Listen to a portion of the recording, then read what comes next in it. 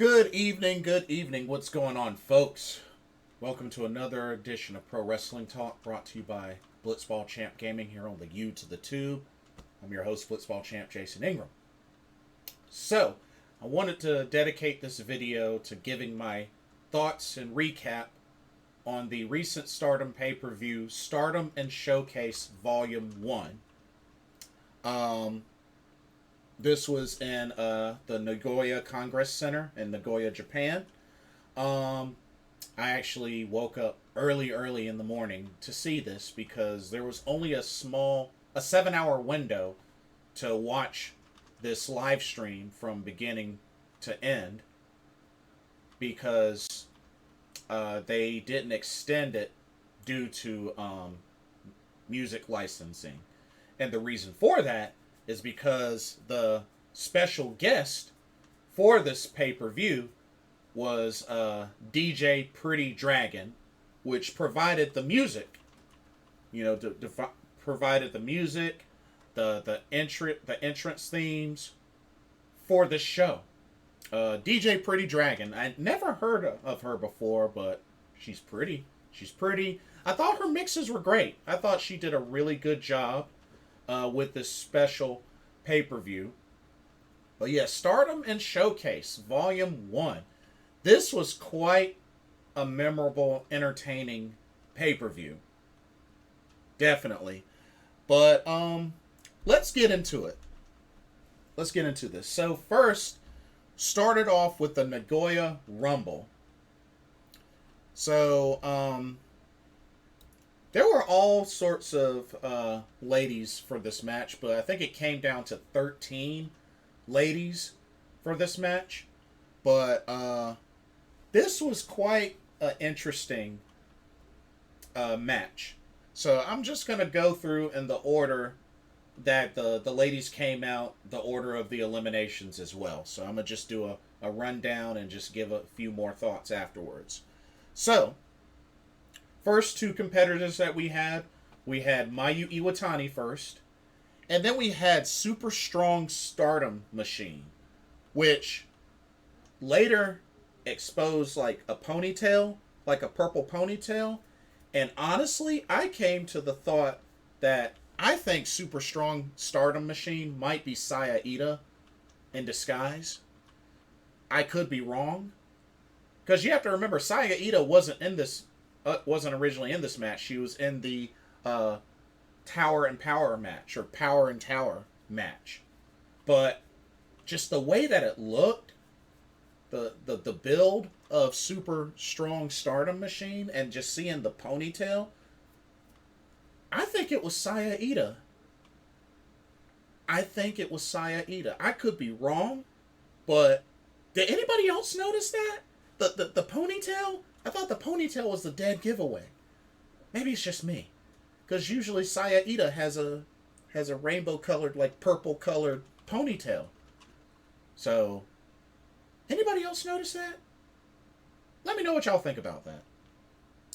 But yeah, so Mayu Iwatani came out first, then Super Strong Stardom Machine. And then Hazuki came out, still no eliminations yet. Then Momokogo came out. Then Saki Kashima. Then Rina. Then Hina. Then Hanan. So the three sisters. So at that time, we finally got our first elimination of the match, which Super Strong Stardom Machine eliminated Hina, pinned Hina. And then the other members of Stars pretty much teamed up and eliminated Super Strong Stardom Machine, pinned her. They kind of all like pinned her together. So those are your first two eliminations. Then Ruaka appeared, and she ended up eliminating Hanan over the top rope. And then Lady C appeared. Saki Kashima ended up pinning Hazuki, I believe, with the Kishikasai. And then the really funny thing that happened was Saki Kashima actually accidentally eliminated Rina and Ruoka, uh, there was an assist from Stars. Pretty much, it was like she got drop kicked into the pin attempt on Ruoka and Rina. Kind of like a double like Kishikasai, but accidentally because she was knocked into the pin attempts. It was weird. It was weird and it was funny. The way they did it was really, really cool. It was weird, but it was funny. So pretty much Saki Kashima accidentally, in a way, eliminated Rina and Ruoka by pinfall. Alright, and then Miyu Amasaki made her way to the ring. And then Mirai was after her. And Mirai ended up eliminating both Mayu Iwatani and Saki Kashima over the top rope. So she got two of them out. And then the final entrant into this Nagoya Rumble, I did not expect this, and it's kind of weird that this even happened. Gokiken Death is your final entrant. Not Fukiken Death, Gokiken Death, when she used to be with Stars. She comes in. Mirai ended up pinning Momokogo. Lady C ended up eliminating Mirai over the top rope. And then Miyu Amasaki eliminated Lady C over the top rope. So it came down to Miyu Amasaki and Gokiken Death. And then eventually, Gokiken Death got the O'Connor roll pin on Miyu Amasaki. And as crazy as this sounds, Gokiken Death wins the Nagoya Rumble. And then the rest of the members of Stars came back into the ring and celebrated with Gokiken Death. So just like that, Gokiken Death is back and she's reunited with Stars. So just no more Fukiken Death. She's out of Oedo Tai, now back to Gokiken Death, and she's with Stars now? Like, what? It just felt really random. It felt so random. Like, yeah. It was so random. Yeah. I didn't get that. I really didn't get that. But Gokiken Death wins the Nagoya Rumble. And I guess she's back and she's with Stars again. So, yeah. Yeah. Okay, next up we had the Power and Tower tag team match. This was Himeka and Maika taking on Amisore and Saya Ida. So the rules of this match came down to pretty much just a team must toss the opponent over the top rope. That's how you win. So pretty simple. Pretty simple, straightforward rules. But this was quite an interesting match. I mean, we saw these teams have like a tug of war with each other. They even took out the ref along the way. Saya Ida went on a shoulder tackle spree. I mean, just shoulder tackles everywhere to the point where Saya Ida even shoulder tackled her own partner. Just to stand tall as Stardom's #1 power fighter. And then she posed in the ring and whatnot. But yeah, she just went on a shoulder tackle spree. It was crazy. It was really crazy. But and we even got to see I was really impressed seeing Saya Ida put Ami Sore onto her shoulders and carry her piggyback style, like, or not piggyback style, but carry her on her shoulders. Like, that just showcases Saya Ida's power. She might be short, but that's a powerful woman. It's the reason why they call her Gorilla.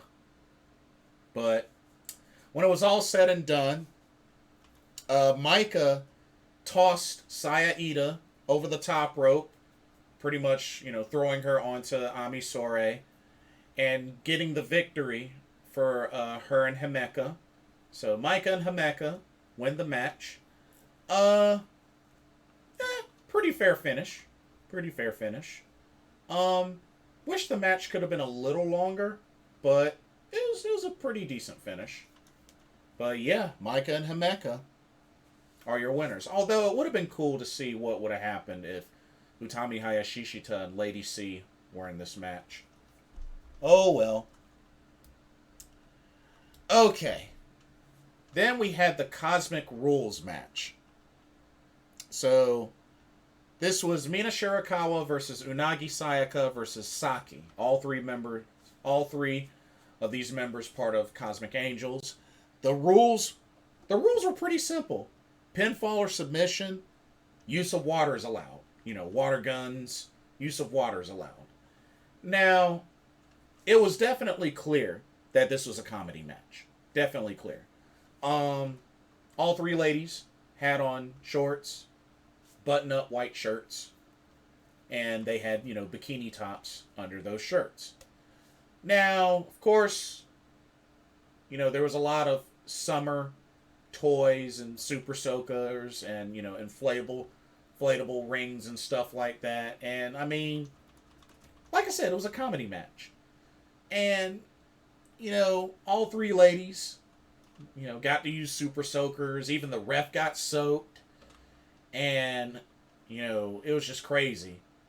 It was entertaining. And like I said, it's a comedy match.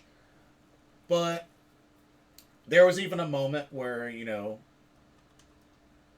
all three ladies, pretty much were just in their bikini tops. And Mina Shirakawa got her top removed. And she was able to escape to the backstage without exposing anything. And Saki's just there in the ring just by herself and whatnot. And then Mina Shirakawa eventually comes back to the ring wrapped in a towel. And it was so wild. Just was back and forth. They even attacked the ref, and the ref got soaked and was all over the place, to the point where the referee called the match as a no contest.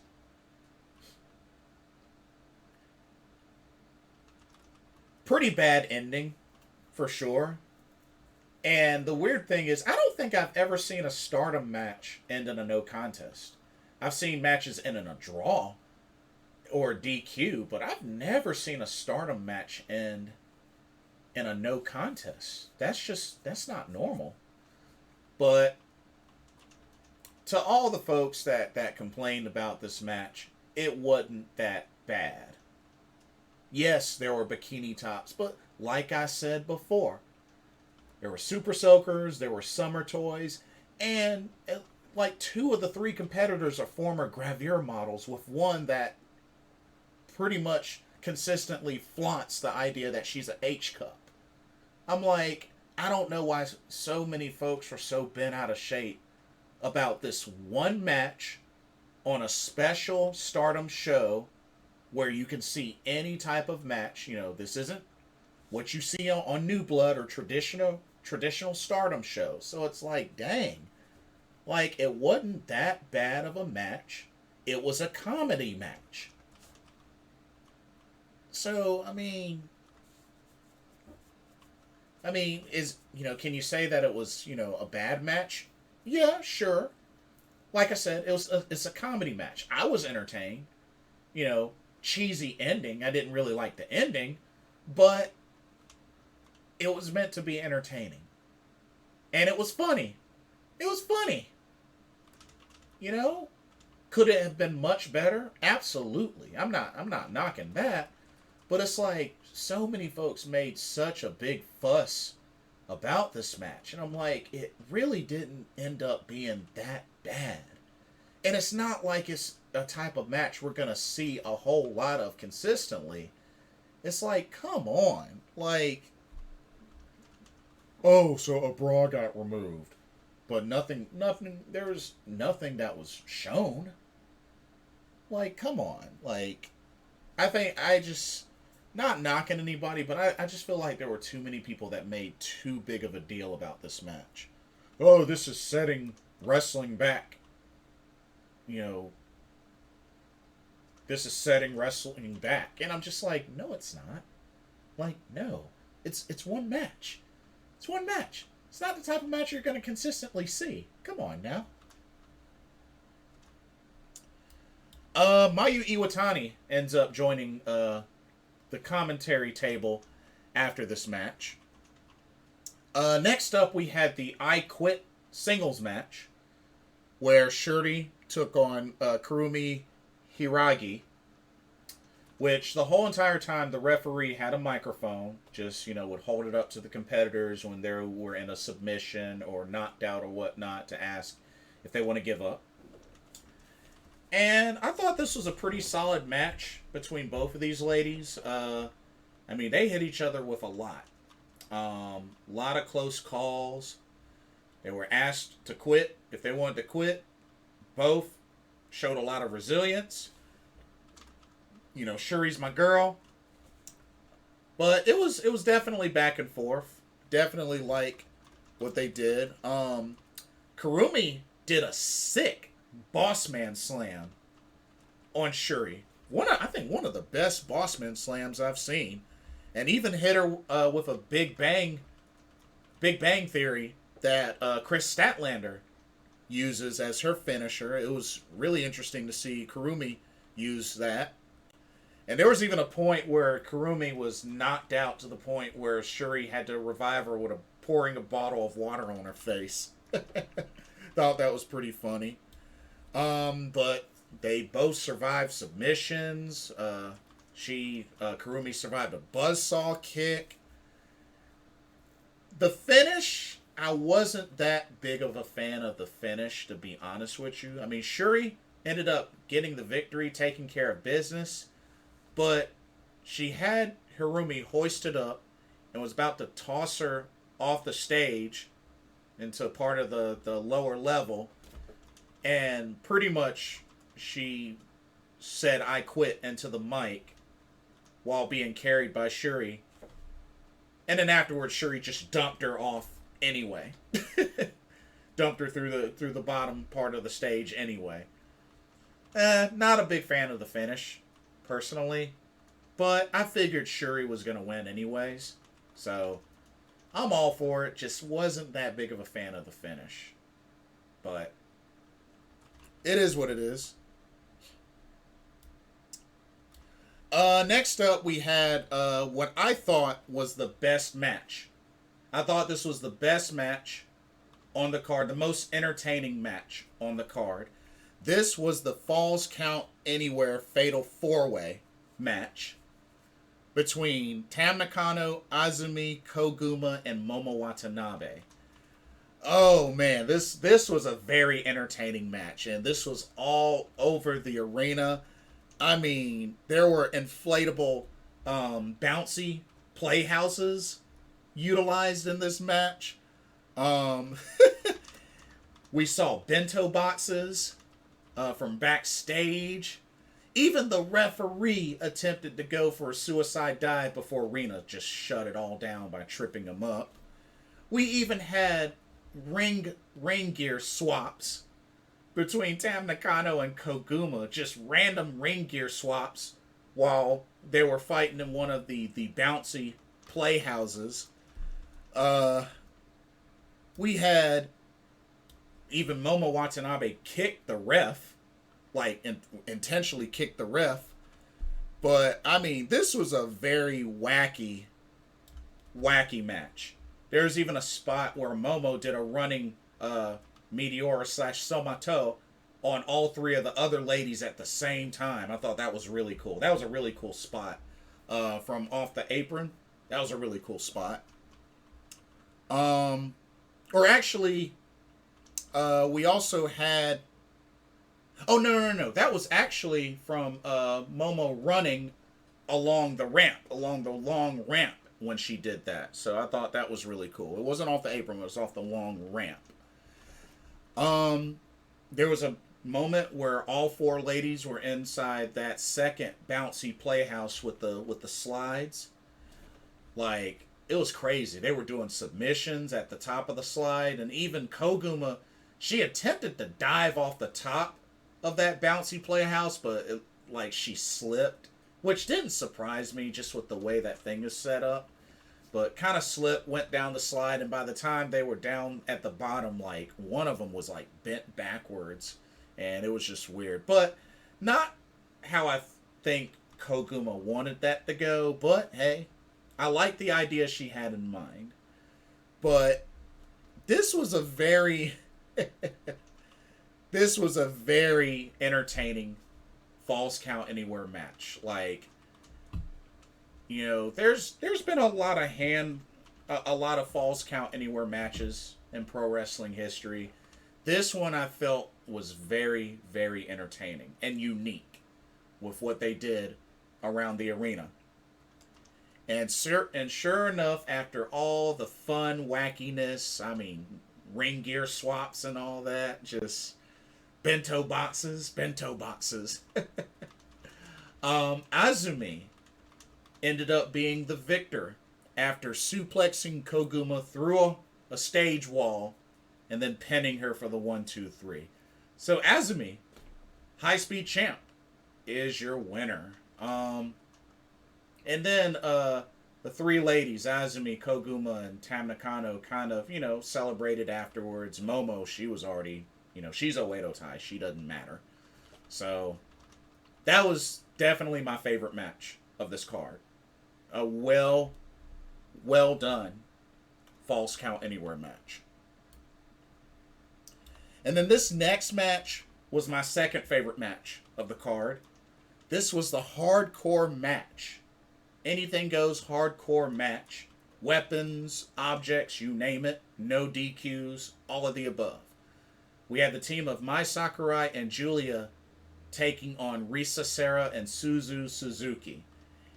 And I have to say, there were a lot of crazy spots in this match. I mean, we got to see those bricks being used. I mean, Julia broke bricks on top of Suzu, like karate chopped. Like, that was crazy. Risa Sera did a knee drop, like a double knee drop onto Julia through bricks, through those bricks.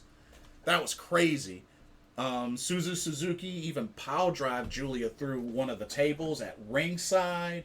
I mean, and Mai Sakurai came to the ring with one of those like steel like pillars, those, you know, those steel pillars.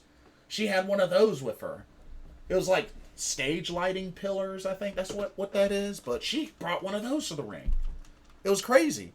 Julia superplexes Suzu Suzuki through that board of plastic forks sticking out. That was crazy spot. And there was a really nice double elbow drop from Mai Sakurai and Julia onto Suzu Suzuki, covered in chairs. I mean, she was covered by like 4 or 5 chairs. Like, they did not disappoint with the number of objects and weapons that they used in this match. And this match had a great length to it as well. And I gotta give Mai Sakurai credit taking that superplex off the top of the ladder. Like, she was a champ. How she sold and took that spot. And then when it was all said and done, Suzu Suzuki gives Mai Sakurai a German suplex pin on top of like 1 or 2 chairs for the 1-2-3. And Prominence reigns victorious. But this was a great hardcore match. For this being the first like hardcore match that I've ever seen in Stardom, they did it well. They did this really, really well. I was very happy. I figured Mai Sakurai was going to take the pin, but I thought both teams did really well, but I didn't think Prominence was going to lose this match. I mean, this match, this is like their home court. This is their home court. They weren't losing this match. So, yeah. But still, they did really well. So, the main event of Stardom in Showcase Volume 1 came down to this coffin match. Starlight Kid versus Saya Kamatani versus the mysterious Grim Reaper. Pardon me. Now, this was an interesting match, and it did not take too long before the Grim Reaper was unmasked. I know there was a time where Starlight Kid tried unmasking her, and then the Grim Reaper tried unmasking Starlight Kid. But eventually, she did get unmasked, and it turned out to be you. You was the Grim Reaper, the mysterious Grim Reaper. Big, heavy set. You. Kind of disappointed. Not who I thought it would be. Not a knock on her, but I thought it would be a little bit more of a bigger name than you. But it ended up being you. And there was even a segment where you was thrown through the ropes, and she went through the coffin, like breaking the coffin, which they had a second coffin as a backup. So they did eventually roll that one out. But you was pretty much very dominant in this match. Overall, very dominant in this match. There was also a really cool spot where Saya Kamatani dove off of the coffin, did a plancha off of the coffin, which I thought was really cool. You know, Saya, Golden Phoenix, high flyer. We even got to see double standing moonsaults from Starlight Kid and Saya Kamatani onto you, trying to wear down the big U. And even with the help of a Oedo tie, were able to tie you to a turnbuckle temporarily. They were able to tie her to the turnbuckle. Didn't last too long. But this match wasn't as long as I hoped for it to be. I felt like this match, being that it was the main event, could have been longer. But you ended up winning this match, tossing both Saya Kamatani and Starlight Kid into the coffin and shutting the door. And that coffin's huge. Coffin was big enough for both of those ladies. And she ended up dragging it out of the arena to backstage, or at least to backstage. But you, who the mysterious Grim Reaper ended up being, wins this coffin match, wins the main event of Stardom and Showcase Volume Number 1. And then we had an interesting segment afterwards where Rossiogawa awakened inside of a coffin and a different Grim Reaper was there standing over him. So, once again, very, very weird ending. And it was kind of similar to the woman that was, hidden behind the white clothing, the white hoodie and such. Of course, we saw that it ended up being Kairi, but then there was another segment where Saya Kamatani found another woman dressed in white, and Kairi tapped her on the back, to show that it wasn't Kairi, it is apparently somebody else. And now we got a similar situation with this mysterious Grim Reaper. We saw that it was you during the match that got revealed. And then this last segment backstage with Rossiogawa. And there's another Grim Reaper. Like, what the heck? So, we'll have to see how that ends up developing going forward.